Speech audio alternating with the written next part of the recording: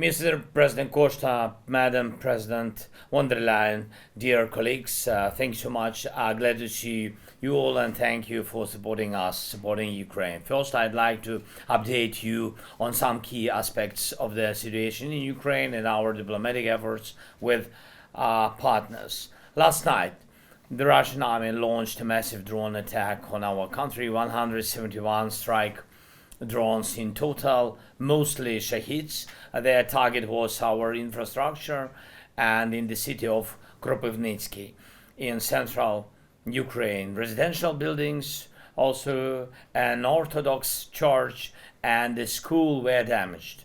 Among them, wounded are 4 children. Everyone is receiving medical help. So yesterday evening, another Russian strike hit our energy infrastructure. We in Ukraine face this every day and night, you know it. And despite Putin's words about allegedly being ready to stop the attacks, nothing has changed. And I want to thank our soldiers, rescuers, doctors, and nurses, everyone who protects against Russian strikes and saves lives. Their work brings results every single day, and that matters. So it's crucial that your support for Ukraine does not decrease, but instead continues and grows.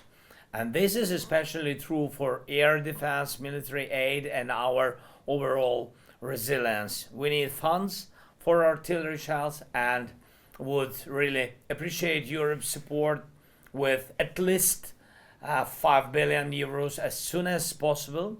Investments in weapons production are needed both in Ukraine and in your countries.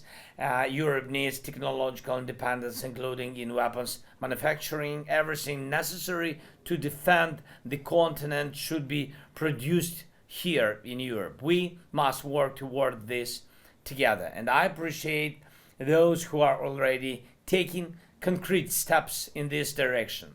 It would be right for the Rearm Europe program to start operating as soon as possible. It's a very useful and forward-thinking initiative. Please continue to develop your industries and research. Ukraine has effective and modern tech, you know it, especially in drones and electronic warfare, which can benefit all of Europe and our global partners. And right now, this weaponry is about our defense, but its further development, constant upgrades, and increased efficiency, along with your investments in our production and co-production, are key to Europe's new security foundation. Also, please do not ease pressure on Russia over the war. Sanctions are very, very necessary. Sanctions must remain in place until Russia starts withdrawing from our land and fully compensates for the damage caused by its aggression. I urge you to keep fighting against sanctions, evasion schemes, and Russia's attempts to finance its war effort. Ongoing diplomatic efforts do not mean Russia should face less pressure. That's crucial to reducing the chances of Russian hawks. And we all know how easily Moscow disregards its promises. One moment they give their word, and a few hours later it means absolutely nothing. That's why we must keep pushing Russia toward peace together with you, of course, with the United States and with our partners. We can do this. Yesterday, I had a productive conversation with President Trump. From the very, very beginning, Ukraine has been advocating for what we are discussing now, an end to attack on energy and infrastructure and ceasefire at sea, and we continue to support these efforts. Our teams will also work towards achieving an unconditional full ceasefire on land. Please support this. Putin must stop making unnecessary demands that only prolong the war and must start fulfilling what he promises the world. By now, there could have been over a week without killings, without strikes, without fire, if Putin were not the only one keeping this war going. The proposals made in Jeddah on March 11 are still on the table. We need to keep pressuring Russia to make them a reality. And one more thing, it's unfortunate to say this, but some pressure is also needed within Europe itself to ensure that anything promised actually happens. And I'm talking about Ukraine's EU accession talks and resolving some fundamental issues for European unity. It's simply anti-European when one person blocks decisions that are important for the entire continent or that have already been agreed upon. Ukraine fulfilled the requirements, but right now there are serious difficulties in opening Ukraine's first and others negotiation clusters for EU accession.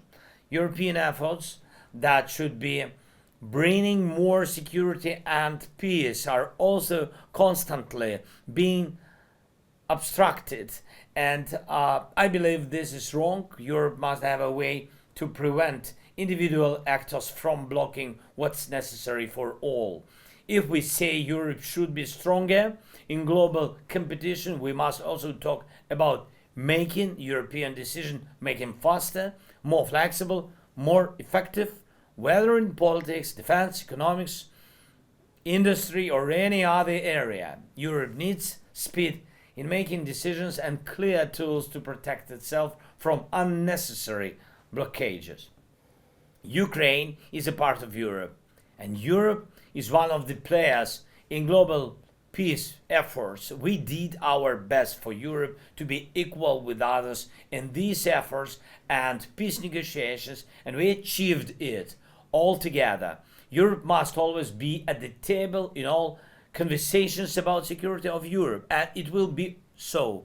And in all other issues on Europe, we must work in unity. And we talked about this in Jeddah, and we always discuss it with all our partners, and we emphasize it exactly this way. Europe is a participant in diplomacy. And that's why I urge you to support us as well and not allow us to be left out of joint European efforts. And finally, I want to thank those of you who are working with us on future security guarantees for Ukraine and in turn for the entire eastern flank of Europe and the continent as a whole.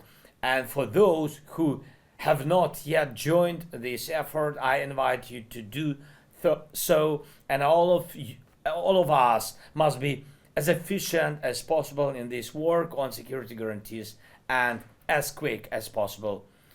Fast pace in achieving these results means bringing peace and endurance of peace. Thanks. Slava Ukraini.